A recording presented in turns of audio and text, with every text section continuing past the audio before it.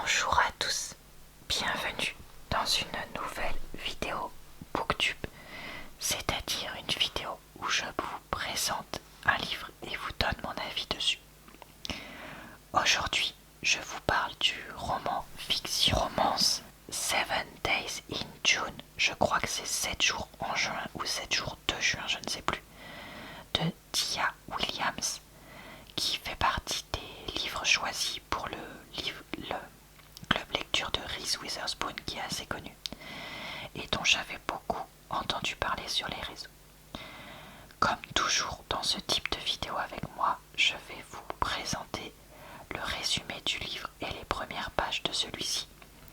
Comme il a été traduit, je pourrais, même si je vous montre le texte en anglais, parce que je l'ai lu en anglais pour essayer de travailler mon anglais, vous chuchoter en français ce qui se passe avant de vous donner mon avis dessus. On fera d'ailleurs ça sur ma liseuse parce que ce sera beaucoup mieux pour le rétroéclairage par rapport à la tablette. Je lis pas mal, donc sachez que vous pourrez retrouver en barre d'infos, commentaires épinglés et dans le i en haut de l'écran, le lien vers d'autres vidéos de David Livre. Et vous pouvez aussi voir ça sur mon compte TikTok si jamais ça vous tente, sous forme de vidéo courte. Voilà, j'ai tout dit pour l'intro, donc on est parti. Quand le passé refait surface, l'amour a-t-il une seconde chance? Mère monoparentale et auteure à succès de romans, olé olé, Eva Merci compose tant bien que mal avec les impératifs de sa vie. Jane Hall est un romancier primé, énigmatique et reclus qui, à la surprise générale, fait une apparition publique à New York. Leur rencontre impromptue lors d'un événement culturel produit des étincelles et ranime des traumatismes enfouis, en plus de déconcerter la communauté littéraire noire de New York. Allez, on va passer à la lecture des premières pages de ce livre. Je fais ça un autre jour, je vous préviens, on va changer de tirage. En l'an de grâce 2019, Eva Merci, 32 ans, passa à deux doigts de s'étouffer à mort sur un morceau de gomme à mâcher. Elle tentait de se donner toute seule du plaisir quand la gomme se coinça dans sa gorge, coupant toute entrée d'air. Alors qu'elle perdait lentement connaissance, elle ne put s'empêcher d'imaginer sa fille, Audrey, la découvrant ainsi, frétillante dans son pyjama de Noël, une main agrippée à un tube de lubrifiant fraise et l'autre à un DILDO, nommé le quart arrière, qui vibrait à une fréquence bien plus intense que prévu.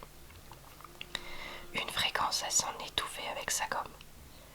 L'avis de décès aurait pour titre « Décès par DILDO », un sacré héritage à laisser à son orpheline de 12 ans. Eva n'est pas morte cependant. Elle a fini par recracher sa gomme. Ébranlée, elle a enfoui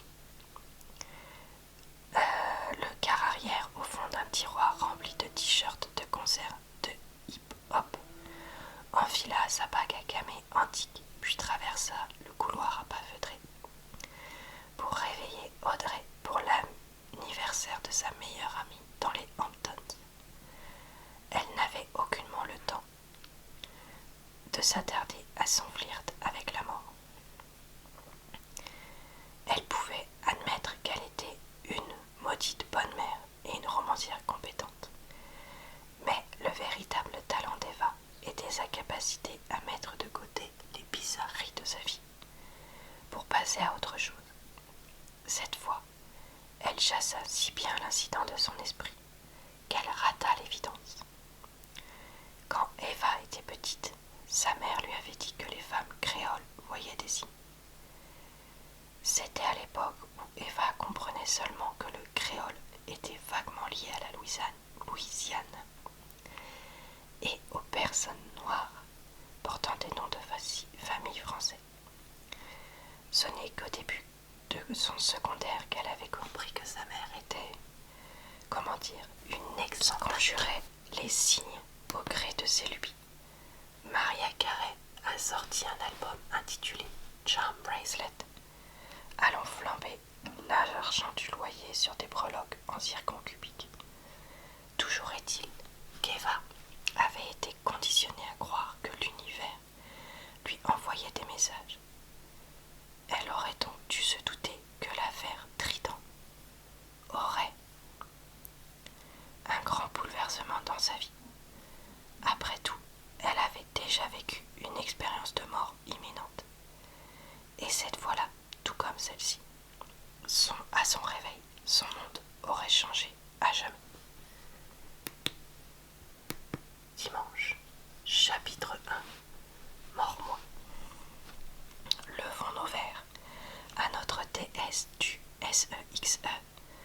Eva Merci, hurla une femme aux airs de chérubin en brandissant sa flûte de champagne. Eva, la gorge encore enrouée de l'incident de la veille, ravala un ricanement à déesse du SEXE. La quarantaine de femmes entassées aux longues tables applaudit à tout rompre. Elles étaient toutes pactées. Le club de lecture, composé de femmes blanches tapageuses de la classe moyenne supérieure, approchant la fin de la cinquantaine, avait fait la longue route jusqu'à Manhattan depuis Dayton, en Ohio, pour célébrer Eva autour d'un brunch. La grande occasion, le 15e anniversaire de son best-seller, ou plutôt ex-best-seller, sa série Olé Olé Cursed, donc sous-entendu avec un sort. Lacey, présidente régionale, ajusta son chapeau de sorcière violet et se tourna vers Eva, qui trônait en tête de table. Aujourd'hui, beugla-t-elle, nous célébrons le jour magique où nous avons fait la rencontre de notre vampire aux yeux de bronze, Sébastien, et de son amour véritable, la sorcière méchamment badass, Gia. L'assemblée survoltée éclata en cris de joie. Eva était soulagée que A Place of Yes, le restaurant à saveur incroyablement cucu de Times Square, leur ait réservé une salle privée. Voilà, je m'arrête là pour ma lecture, même si je trouve que la mention de choses intimes dans ce début n'est pas du tout représentative du reste du livre. Alors, qu'ai-je donc pensé de ce livre? Écoutez, déjà je suis très perplexe. Parce qu'en fait, c'est vrai que j'avais beaucoup entendu parler de ce livre. Et je pensais que ce soit avec la couverture, le côté, la façon dont il était décrit, son appartenance au club lecture et tout ça, que c'était un livre un peu littéraire, voire un peu pompeux, chose qui me rebutait un peu.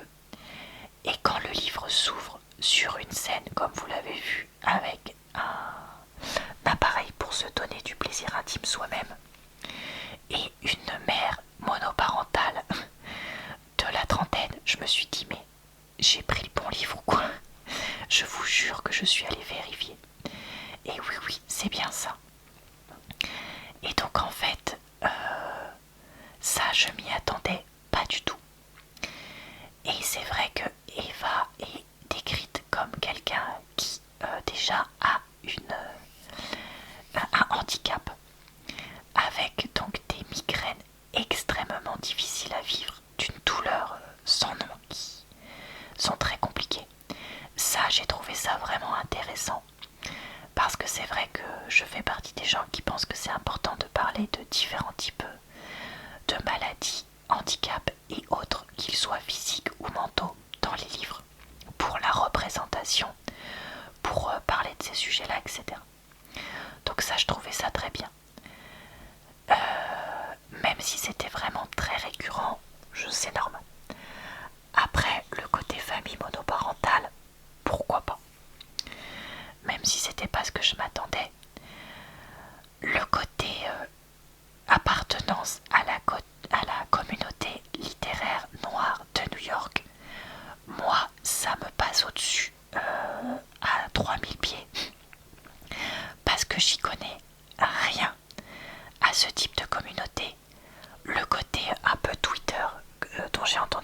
sur internet, parce qu'il y a beaucoup apparemment de références à ça, à des, comment dire, personnages de cette communauté-là, une façon de parler, etc.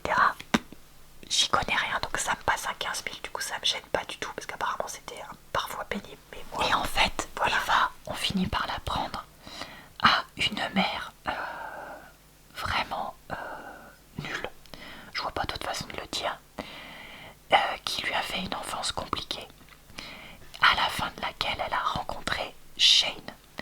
Alors, Eva est présentée comme auteur à succès, mais c'est pas du tout le type d'auteur que je pensais, moi, avant de lire le livre. C'est-à-dire qu'elle écrit des romans style La confrérie de l'attaque noire ou True Blood ou les trucs comme ça, c'est-à-dire un peu olé olé, avec des vampires et tout ça. Bref, pas des romans qui sont présentés comme de la grande littérature. Et il y a une certaine condescendance envers elle à cause de ça, du monde justement littéraire, même si on reconnaît que elle a quand même du succès, qu'il y a ses fans qui attendent le 15e livre de sa saga, etc. Shane, le garçon qu'elle avait rencontré au lycée, lui, est un auteur littéraire accompli, qui a écrit que 3 livres en 15 ans, mais présentés un peu comme des chefs-d'œuvre de la littérature américaine, etc., encensés. Sauf qu'on finit par apprendre que c'est surtout quelqu'un de complètement alcoolique, voire plus, qui a eu aussi une enfance archi pourrie. Et donc, il renoue à l'occasion d'une convention de livres à laquelle ils se retrouvent tous les deux alors que c'était pas prévu. Parce qu'ils s'évitent comme la peste depuis 15 ans, justement depuis qu'ils s'étaient connus au lycée, pour leurs 7 jours en juin ensemble, qui nous seront expliqués au fur et à mesure du livre. Alors, je suis perplexe parce que comme je vous disais, c'était pas du tout ce que je m'attendais. Mais aussi parce que le livre est quand même un peu bizarre. Je trouve que les Eva et Shane jeunes ne m'ont vraiment pas fait l'effet de personnes amoureux, présentés presque comme des âmes sœurs. Du tout. Au contraire, j'avais l'impression de retrouver un peu le côté complètement barjot, présenté pour une certaine jeunesse américaine des fois, comme par exemple dans Euphoria, la série, complètement shootée, complètement hors du temps, enfin bref, trop bizarre. Et vraiment, j'ai pas du tout aimé. Et quand ils sont adultes, alors vraiment, je ressens par contre cette fois cette connexion entre eux et j'ai envie qu'il y ait une romance qui se passe bien et tout ça. Et c'est beaucoup plus compliqué que prévu, mais en même temps facile, mais en même temps compliqué, mais facile, compliqué, facile, compliqué. Et j'avais l'impression que l'auteur nous faisait des espèces de trucs compliqués, histoire de... Parce que ça paraissait pas crédible, vu comme ils étaient décrits comme deux aimants impossibles à séparer. Et en fait, la vie de Eva, je la trouve un peu insupportable, je vous avoue. Dans son côté Miss je sais tout, je me mêle de ce qui me regarde pas, j'en fais qu'à ma tête. J'ai zéro connaissance parce que ma mère m'a mis dans une école privée, mais apparemment ça pose de problème à personne que je sache à peine quoi que ce soit de base culturelle, parce que ça m'apprend des compétences sociales. Non mais quoi? Enfin moi j'ai pas d'enfant, mais jamais je ferai un truc comme ça. Et donc ouais, ça c'est quand même bizarre quoi.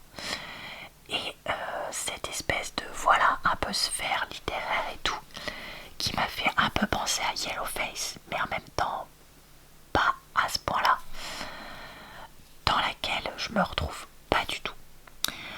C'était quand même moins présent que dans cet autre livre que je citais ou d'autres bouquins, donc j'ai quand même réussi à le lire. Mais voilà, j'étais vraiment très perplexe tout le long. Et j'ai pas accroché énormément.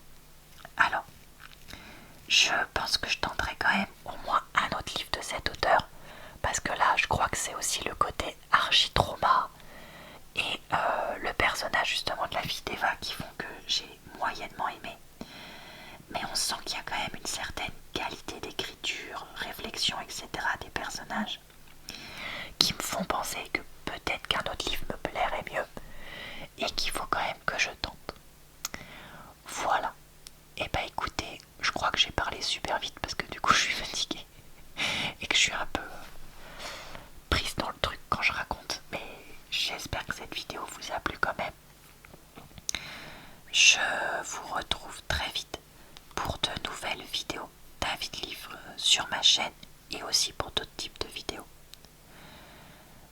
vous souhaite une bonne soirée, une bonne nuit ou une bonne journée.